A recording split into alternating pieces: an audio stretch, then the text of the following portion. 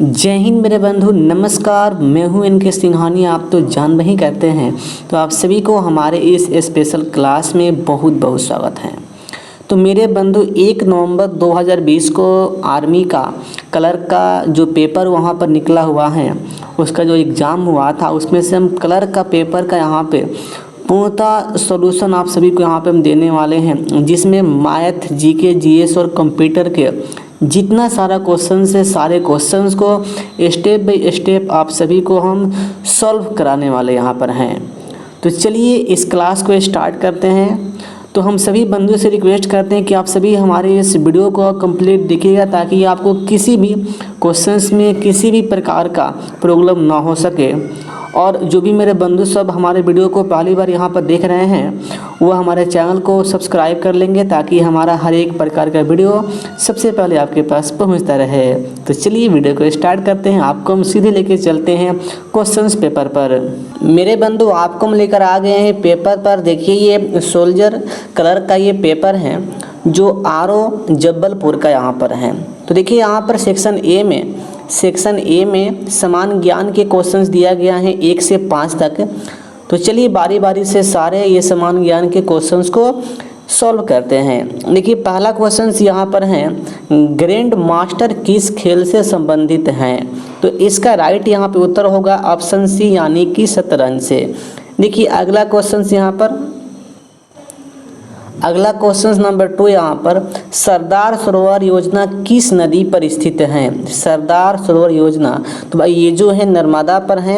अब देखो नर्मदा से आपको याद रखना है, इसी नदी के किनारे यानी कि स्टैचू ऑफ यूनिटी वहाँ पर बना हुआ है, जो सरदार वल्लभ भाई पटेल का वे प्रतिमा वहाँ पर है। तो ये भी आप यहाँ पर याद रखेंगे। अब आते हैं अगले प्रश्न पर। देखिए अगला प्रश्न यहाँ पर क्या है, महात्मा गांधी द्वारा प्रकाशित किया गया पत्रिका का क्या नाम था? तो देखो मेरे भाई, इसका यहाँ पे उत्तर होगा ऑप्शन से डी, यानी कि यंग इंडिया। आते हैं अगले प्रश्न पर। देखिए अगला प्रश्न यहाँ पर नंबर 4 यहाँ पर क्या कह रहा है, श्रीहरिकोटा किस राज्य में स्थित है? तो मेरे भाई श्रीहरिकोटा जो आंध्र प्रदेश में स्थित हैं, तो इसका उत्तर यहाँ पे होगा ऑप्शन ए। देखिए अगला प्रश्न नंबर 5, रानी की वाव नामक बावड़ी किस प्रदेश में स्थित हैं? तो मेरे भाई इसका यहाँ पे उत्तर होने वाला है गुजरात, यानी कि ऑप्शन सी इसका राइट यहाँ पे उत्तर होगा। ठीक है, अगले प्रश्न पर आते हैं। देखिए अगला प्रश्न यहाँ पर, अब यहाँ से सेक्शन बी यहाँ पर स्टार्ट हो जाता है।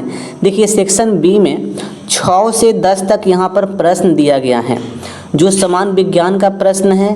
तो देखिए यहाँ पर छठा प्रश्न यहाँ पर क्या कह रहा है, सूर्य के चारों तरफ किस ग्रह के रास्ते को क्या कहते हैं?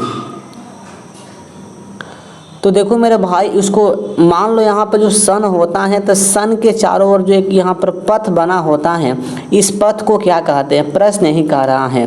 तो इस पथ को हम कहते हैं ऑर्बिट। तो आप यहाँ पर ध्यान देंगे, इसका जो उत्तर यहाँ पे होगा ऑप्शन डी यहाँ पर होगा।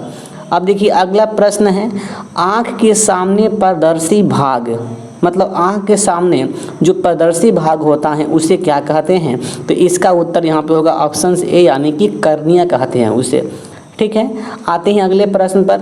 देखिए अगला प्रश्न नंबर 8 यहाँ पर क्या कह रहा है, यदि किसी रोगी के शरीर का तापमान 40 डिग्री सेंटीग्रेड हो, तो फ़ारेनहाइट स्केल में उसका तापमान क्या होगा? देखिए मेरे भाई, इसको 40 डिग्री सेंटीग्रेड को फ़ारेनहाइट में चेंज करना है। एक बात यहाँ पर ध्यान रखेंगे कि जब भी सेंटीग्रेड को फ़ारेनहाइट में चेंज करना होता है, तो उसके लिए एक फार्मूला होता है। फार्मूला आप यहाँ पर एकदम याद कर लेंगे इसको, सेंटीग्रेड बराबर 5/9 F, मतलब फ़ारेनहाइट -32 होता है। इसी फार्मूला पर इसको बैठाना है यहाँ पर। देखिए ना, तो C का मान यहाँ पर क्या दिया है, 40 दिया, यानी कि 40 सेंटीग्रेड हैं। तो 40 बराबर 5/9 यहाँ पर होगा F -32 यहाँ पे होगा। ठीक है, अब देखिए इसके आगे हम यहाँ पर लिख सकते हैं। अब देखिए यहाँ पर 40 था, तो अब देखो ये 9 ऊपर जाएगा, 5 नीचे यहाँ पर आएगा, तो आगे हम यहाँ पर लिख सकते हैं f माइनस यहाँ पर 32। अब देखो ये 5 से 40 गया 8 बार में, तो ये हो गया 9 8 72 हो गया। और जब आप 72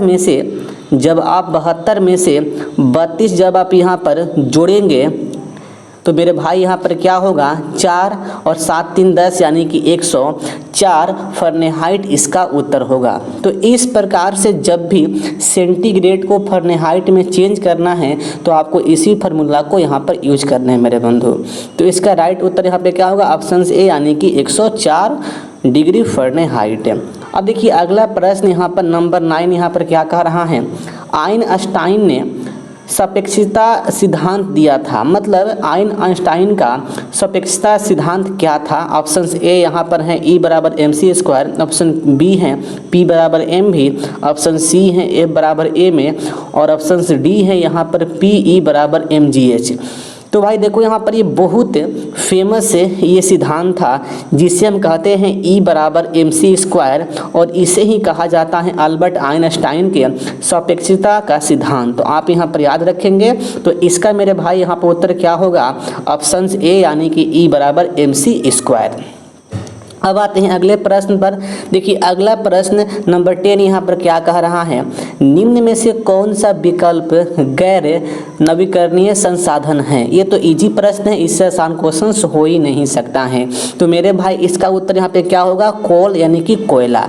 तो इस प्रकार से हम लोग समान विज्ञान और समान ज्ञान के 10 प्रश्न यहाँ पे हम लोग सॉल्व यहाँ पर कर दिए हैं। और आपसे मैं जानना चाहता हूँ कि आप सभी ये समान विज्ञान और समान ज्ञान के 10 प्रश्न में से कितना प्रश्न का उत्तर आप सभी सही मार कर आए हैं, कमेंट करके आप सभी हमें बताएंगे। तो मेरे भाई देखो अब हम आ गए हैं सेक्शन सी पर। और देखिए सेक्शन सी में यहाँ पर 11 से 20 तक मैथ का यहाँ पे प्रश्न दिया गया है। तो चलिए सभी प्रश्न को बारी बारी से यहाँ पे सॉल्व करते हैं। देखिए पहला प्रश्न यानी कि 11 नंबर, देखिए यहाँ पर क्या दिया गया है, 500 राशि पर 6% वार्षिक दर से 4 बरस का ब्याज ज्ञात करो। यानी कि हमें इसका सिंपल इंटरेस्ट निकालना है, तो कुछ नहीं करना है, आप तो जानते ही करते हैं सिंपल इंटरेस्ट का फार्मूला क्या होता है, SI बराबर PRT होता है। यानी कि मूलधन दिया है 500, रेट दिया है 6 और टाइम दिया है 4, बट्टा में यहाँ पे 100 कर लो मेरे भाई। यहाँ पर 0 0 यहाँ पे कट गया, तो 5 के 20, 20 में 6 से यानी कि 120 यहाँ पर हो गया। तो इसका राइट उत्तर यहाँ पे क्या होगा, 120 यानी कि ऑप्शन डी यहाँ पर। अब आते हैं अगले प्रश्न पर। अगला प्रश्न नंबर 12 पर। देखिए ये प्रश्न क्या कह रहा है, दो संख्याओं का अनुपात 3:4 है। यदि प्रत्येक संख्या में से 5 हटा दिया जाए यानी कि घटा दिया जाए तो अनुपात 5:7 हो जाता है। तो संख्या ज्ञात करें। कुछ नहीं करना है। अब मान लो यहाँ पर दो संख्या का अनुपात दिया है 3:4 दिया है। मैंने मान लिया कि पहली संख्या 3x है और अगली संख्या यहाँ पर 4x है। अनुपात का मतलब बटा ही होता है यहाँ पर ना, तो बटा में यहाँ पे कर लिया। अब देखो पहली में भी 5 हटा रहा है और अगली में भी यहाँ पर 5 हटा रहा है, ठीक है। तो अनुपात यहाँ पर कितना हो रहा है, 5:7 यानी कि 5/7 यहाँ पर हो रहा है।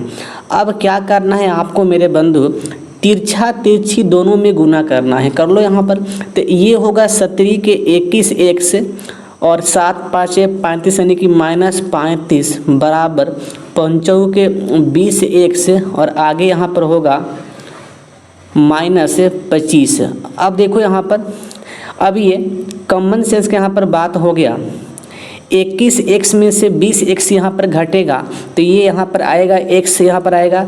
अब देखो ये 35 माइनस में है तो यहाँ पर आएगा इस पार्ट में तो प्लस पे होगा, यानी कि 35 में से 25 यहाँ पर घटेगा तो ये आएगा यहाँ पर 10, यानी कि x का मान यहाँ पर आ गया 10 आ गया। हमें संख्या निकालना है, तो ये 3x में x का मैं मान यहाँ पर रखा 10।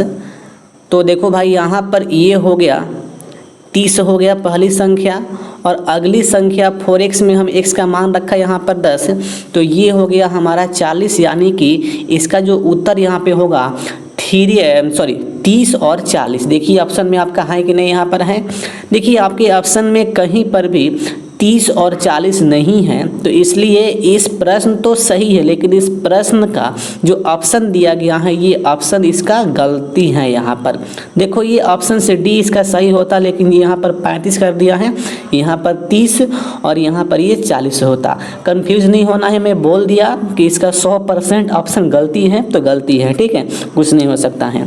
ये हमारा एक्सपीरियंस कि मैं जिस बात को मैं बोल दूँ वो बात 100% या तो सही होता है या गलती होता है। आइए अगले प्रश्न पर आता हूँ।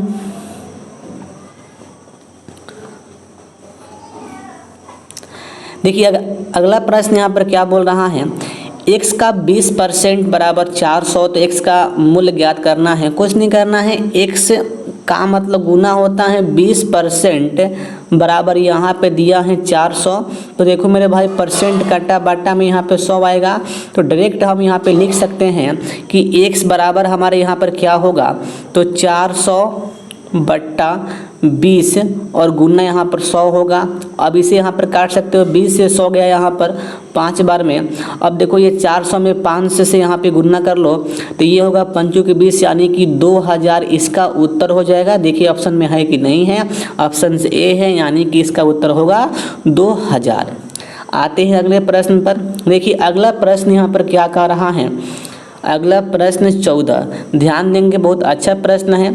किसी आयताकार मेज की सतह के ऊपर का परिमाप 28 मीटर है और क्षेत्रफल 48 मीटर स्क्वायर है, तो उस मेज के विकर्ण की लंबाई ज्ञात करें। देखो मेरे भाई आयताकार मेज का हमें विकर्ण निकालना है, विकर्ण निकालना है, तो विकर्ण निकालने के लिए हमें लंबाई और चौड़ाई की आवश्यकता है। तो सबसे पहले हम परिमाप और क्षेत्रफल से लंबाई और चौड़ाई हम ज्ञात कर लेंगे, तो विकर्ण भी यहाँ पे हम निकाल लेंगे। देखिए यहाँ पर आयताकार मेज का यहाँ पर परिमाप दिया है 28, तो मैं जानता हूँ कि आयताकार कोई भी सामान होता है तो उसका जो परिमाप होता है 2 × L + B बराबर 28 होता है। 28 यहाँ पर हो गया। अब देखो ये कटेगा, यानी कि L प्लस जो यहाँ पर B हो गया, ये हो गया हमारा 14 हो गया। अब देखिए अगला पार्ट में मैं यहाँ पर बात कर लूँ। देखिए अगला पार्ट में यहाँ पर क्या बोला है, क्षेत्रफल 48 है, यानी कि आयत का एरिया होता है L × B होता है, यानी कि इसका मान दिया है 48 यहाँ पर दिया है। देखिए कॉमन सेंस का बात यहाँ पर है, यहाँ से हम कॉमन सेंस के माध्यम से भी हम यहाँ पे निकाल सकते हैं। L + B यहाँ पे 14 है, L × B यहाँ पर 48 है, तो लंबाई और चौड़ाई का मान यहाँ पर क्या होगा। अब देखो यहाँ पर L और B का मैं मान क्या रखूँ, जिसको जोड़ने पर 14 हो जाए, और L और मतलब B में किस संख्या से मैं यहाँ पे गुना करूँ जिसका मान यहाँ पे 48 हो जाए। तो आप क्या बोलेंगे, सर जी लंबाई को यहाँ पे कर लीजिए यहाँ पर 8 और चौड़ाई को यहाँ पे कर लीजिए यहाँ पर 6। अब देखो ना, तो 8 6 यहाँ पे 14 हो गया, और यहाँ पे 8 गुना यहाँ पे 6, ये हमारा हो गया 48 यहाँ पर हो गया। तो इस प्रकार से हम यहाँ पे कह सकता हूँ कि लंबाई जो हमारा आगे कितना 8 और चौड़ाई यहाँ पर हमारा आ गया 6 आ गया, ठीक है। तो अब देखो भाई हमें यहाँ पे विकर्ण निकालना है, तो विकर्ण का फार्मूला क्या होता है आप तो सब लोग यहाँ पे जानते हैं, रूट में L² + B² होता है। अब देखो L का मान क्या दिया है, 8 का रूट यहाँ पर क्या होगा 64 होगा।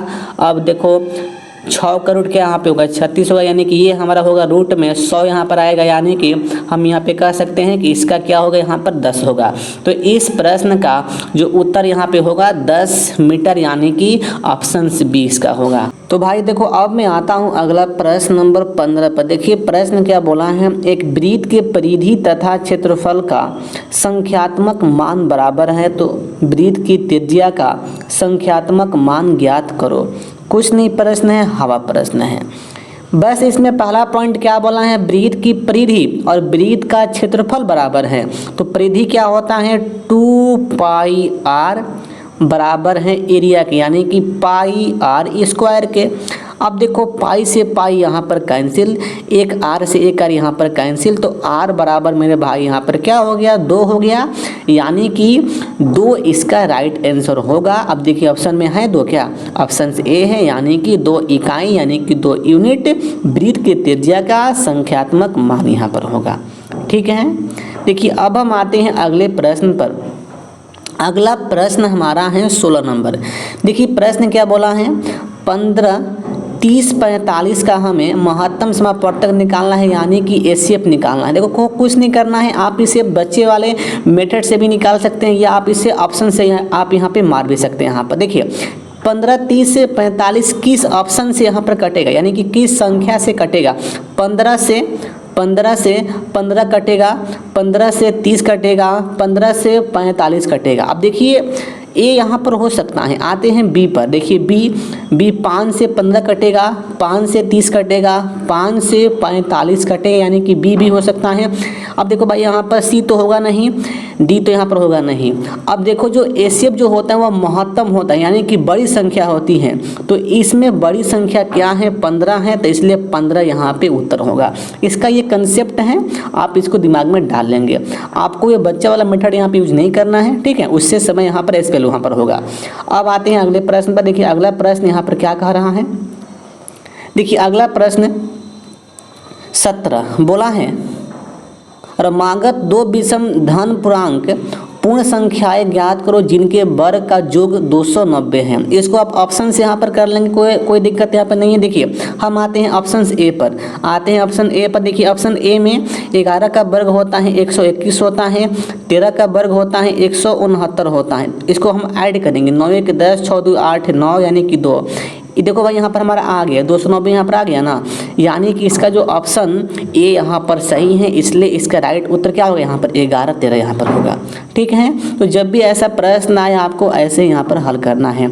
अब आते हैं अगला प्रश्न पर। देखिए अगला प्रश्न क्या कह रहा है। देखिए अगला प्रश्न बोला है, निम्नलिखित में से सबसे छोटा खंड बताएं।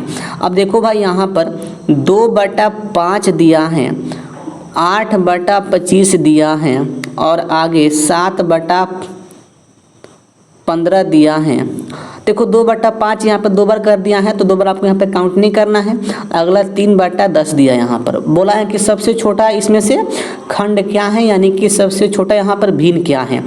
देखो भाई इसको निकालने के लिए एक कंसेप्ट होता है, एक कंसेप्ट आप अपने माइंड में डाल लेंगे। देखिए जब आपको छोटा चुनना होता है तो छोटा को लेंगे, बड़े वालों को यहाँ पे हम छोड़ देंगे। यहाँ पर देखिए तो हम पहले देखते हैं कि ये दोनों में छोटा कौन है। देखिए तो छोटा चुनने के लिए बारी बारी से तिरछे यहाँ पर गुणा करेंगे, ठीक है। देखो यहाँ पर 25 में 2 से गुना तो ये होगा 50। अब देखो 8 में 5 से गुना तो ये होगा यहाँ पर 40। अब बताना हमें 50-40 में कौन छोटा है। 40 छोटा है, यानी कि 2/5 और 8/25 में कौन छोटा हुआ, 8/25 छोटा हुआ। तो यहाँ से हमारा 8/25 यहाँ पे छोटा आ गया। अब हम तुलना कर लेंगे, अब हम यहाँ पे तुलना कर लेंगे किससे, अब हम तुलना कर लेंगे यहाँ पर हम इसके बीच में यहाँ पर। तो 15 में 8 से गुणा करना है, 25 में 7 से गुणा करना है। कॉमन सेंस का बात है भाई कि यह छोटा होगा और यह बड़ा होगा, तो छोटा वाले को लेना है और बड़का को यहाँ पे काट देना है। तो इन दोनों में से सबसे छोटा कौन हुआ, तो 8/25 यहाँ पर हुआ। अब हमें अंतिम फेज में अब हमें यहाँ पर जांच करना है किसका, 13/10 से। तो कर लो यहाँ पर 8/25 से और 3/10 में कौन छोटा है। तो ये होगा तिरछे हम यहाँ पे गुणा कर लेते हैं। तो ये होगा 80 और यहाँ पर ये होगा 25 3 75। अब बताना हमें सबसे छोटा कौन हुआ, 75, यानी कि 3/10 सबसे छोटा हुआ। तो इसका जो राइट यहाँ पे उत्तर क्या होगा, 3/10, यानी कि ऑप्शन सी। तो इस प्रकार से जब भी छोटा और बड़ी भिन्न यहाँ पे निकालना हो तो आपको यही कंसेप्ट यहाँ पे यूज करना होता है, ठीक है। देखो भाई अब हम आ गए हैं 19 नंबर प्रश्न पर। देखिए 19 नंबर प्रश्न नाव वाला है। ये प्रश्न दिया गया है नाव और धारा के चैप्टर से, ठीक है। लेकिन ये प्रश्न गलत प्रश्न है, इसमें कुछ डाटा मिस कर दिया है, जिससे इस प्रश्न का एग्जैक्ट उत्तर यहाँ पे नहीं आ पा रहा है। उल्टा पुल्टा प्रश्न इसका उत्तर यहाँ पे आ रहा है, तो इसलिए इस प्रश्न को हम स्किप कर रहे हैं, ठीक है। तो अब हम फाइनली यहाँ पे आ रहा हूँ 20 नंबर प्रश्न पर। देखिएगा 20 नंबर प्रश्न क्या कह रहा है। रमन एक परीक्षा में 456 अंक प्राप्त करता है और उसी परीक्षा में सीता 54% अंक लेती हैं, जो कि रमन से 24 अंक कम है। अच्छा, मान लीजिए यहाँ पर हमें ये दोनों बचवा का अंक यहाँ पे समान करना है। तो देखिए ना, यहाँ पर राम का अंक कितना दिया है, 456 दिया है ना, और सीता का अंक कितना है, 54% है। सीता का जो अंक है राम के अंक से 24 अंक कम है। तो मैं सोचा कि राम के अंक के बराबर करने के लिए सीता में 24 अंक में यहाँ पे मैं जोड़ देता हूँ। मैं भाई जोड़ दिया। अब देखो यहाँ से हम जब यहाँ से हम लोग यहाँ पर 1% का मान निकालेंगे, जब हम 1% का मान निकाल लेंगे तो 100% का मान निकाल सकते हैं। और वही 100% हमारा कुल टोटल अंक होता है, यानी कि टोटल अंक परीक्षा कितना अंक का था वो वहाँ पे हम निकाल लेंगे। तो देखिए इस प्रकार से 1% का हम डायरेक्ट मैं यहाँ पे कर रहा हूँ। आप घटेगा यहाँ पर 456 में 24 तो ये आएगा 432 आएगा, और ये 54 भागा में यहाँ पर आएगा। जब आप इसे यहाँ पर काटेंगे तो ये कटेगा आपका, देखिए इसे काटने पर आप इसको यहाँ पे काटेंगे तो काटेंगे इसको 9 से 6 बार में, और ये 9 से जाएगा आपका 48 बार में, और इसे काटिए तो ये होगा आपका 8 यहाँ पर होगा। यानी कि 1% का मान 8 आ गया। तो मेरे भाई 100% का मान कितना आएगा, तो आप क्या कहेंगे सर जी 800 आएगा। तो यहाँ से इस परीक्षा में जो पेपर था वह 800 का पेपर था, और 800 में देखिए आगे यहाँ पर लाइन क्या दिया है कि यदि कम से कम पास होने के लिए 34% अंक चाहिए, ठीक है, तो रमन ने पास अंक से कितना अंक ज़्यादा प्राप्त किया है। तो छोड़िए ना, अब हम निकाल लेते हैं पास अंक निकालते हैं। तो 800 का 34% है, कुछ नहीं करना है, परसेंट से 200 यहाँ पर कैंसिल हो गया, और 4 के 32 और 3 के 24 और 3 यहाँ पे हो गया 27, यानी कि 272 पास होने के लिए अंक चाहिए। लेकिन मेरे बंधु देखो यहाँ पर जो रमन का जो अंक यहाँ पर आ गया है वह कितना आ गया है, 456 आ गया है। तो पूछा है कि पास अंक से कितना अधिक है। तो भाई देखो यहाँ पे पास अंक कितना था, 272 था, यहाँ पे माइनस कर लो तो ये होगा 4, 15 में 7 गया 8, और यहाँ पर 3 में से हो गया 1, यानी कि इसका जो उत्तर यहाँ पे होगा 184, यानी कि रमन को 184 अंक अधिक यहाँ पर आ गया था पासिंग अंक से। तो इस प्रश्न का जो यहाँ पर उत्तर होगा ऑप्शन से डी, यानी कि 184। तो इस प्रकार से हम लोग मैथ के 10 प्रश्न यहाँ पे हम लोग सॉल्व कर लिए हैं, और आप लोग बताइएगा कमेंट करके कि आप सभी 10 प्रश्न में से कितना प्रश्न आप सभी मैथ के यहाँ पे सॉल्व किए हैं, ठीक है। तो चलिए अब हम आते हैं अगले सेक्शन पर। देखिए अगला हमारा सेक्शन यहाँ पर सेक्शन डी है, और सेक्शन डी में कंप्यूटर विज्ञान का प्रश्न यहाँ पर दिया गया है 21 से 25 तक प्रश्न, ठीक है। तो देखिए यहाँ पर पहला प्रश्न 21 नंबर क्या बोला है, कंप्यूटर के संदर्भ में मोडेम का विस्तार रूप क्या है। तो देखो भाई मोडेम का जो विस्तार रूप यहाँ पर होता है, इसका राइट उत्तर यहाँ पे होगा ऑप्शन से डी, यानी कि मॉड्यूलेटर डेमोडुलेटर होता है। हम आ रहे हैं 22 नंबर प्रश्न में। देखिए 22 नंबर प्रश्न यहाँ पर क्या कह रहा है, माइक्रोसॉफ्ट विंडो एक है, मतलब ये क्या है। तो देखो भाई इसका यहाँ पे उत्तर होने वाला है ऑप्शन से, यानी कि GUI, ठीक है। आते हैं अगला प्रश्न। देखिए अगला प्रश्न यहाँ पर ये है, बोला है कंप्यूटर की मदद से शिक्षा प्राप्त करने की लोकप्रिय विधि क्या कहलाती हैं। तो भाई देखो इसे कहते हैं ई लर्निंग। मतलब देखो जो भी कंप्यूटर के माध्यम से हम लोग एजुकेशन प्राप्त करते हैं उसे ई लर्निंग के मतलब नाम से उसको वहाँ पे हम जानते हैं, ठीक है। आते हैं अगले प्रश्न पर। देखिए अगला प्रश्न क्या कर रहा है यहाँ पर 24 नंबर, माइक्रोसॉफ्ट वर्ड के संदर्भ में RTF का विस्तार रूप क्या है। तो देखो भाई RTF का विस्तार रूप यहाँ पर होता है रिच टेक्स्ट फॉर्मेट, ठीक है, रिच टेक्स्ट फॉर्मेट होता है। इसको आप यहाँ पर एकदम याद रखेंगे। ये प्रश्न बहुत बार पूछा हुआ है, एकदम रिपीटेड प्रश्न ये है कि माइक्रोसॉफ्ट वर्ड के संदर्भ में RTF का फुल फॉर्म क्या होता है, तो रिच टेक्स्ट फॉर्मेट होता है। अब आते हैं 25 नंबर प्रश्न में। देखिए 25 नंबर प्रश्न क्या कह रहा है, किसके मदद से उपयोगकर्ता किसी फाइल का टाइप यानी कि प्रकार प्राप्त कर सकता है। तो मेरे बंधु इसका यहाँ पर उत्तर होने वाला है ऑप्शन बी यानी कि फाइल एक्सटेंशन। ठीक है, तो इस प्रकार से हम लोग आर्मी क्लर्क के 25 क्वेश्चंस यहाँ पे सॉल्व कर दिए हैं, जिसमें मैथ, जीके, जीएस और कंप्यूटर का। अब देखो मेरे भाई, इसके आगे 25 क्वेश्चन से इंग्लिश का प्रश्न आता है। देखो इंग्लिश का प्रश्न हम सॉल्व यहाँ पे नहीं कर रहे हैं, क्योंकि इंग्लिश का प्रश्न के लिए हम एक स्पेशल वीडियो में वहाँ पे मैं कर दूंगा, जिसके द्वारा हम उसको वहाँ पे मैं सॉल्व कर दूंगा। ठीक है, तो चलिए बस आज के लिए इतना ही। अपने जो क्लास, इस क्लास को मैं करता हूँ समाप्त। फिर मिलेंगे अगले वीडियो में। तो आप सभी बताइएगा कि ये 25 क्वेश्चंस में से आप सभी कितना क्वेश्चन सही करके आए हैं, और आप सभी का किसी भी क्वेश्चंस में किसी भी प्रकार का प्रॉब्लम है तो आप सभी हमसे कांटेक्ट कर सकते हैं टेलीग्राम पर या व्हाट्सएप पर। तो चलिए बस आज के लिए इतना ही। जय हिंद, वंदे मातरम, नमस्कार मेरे बंधु।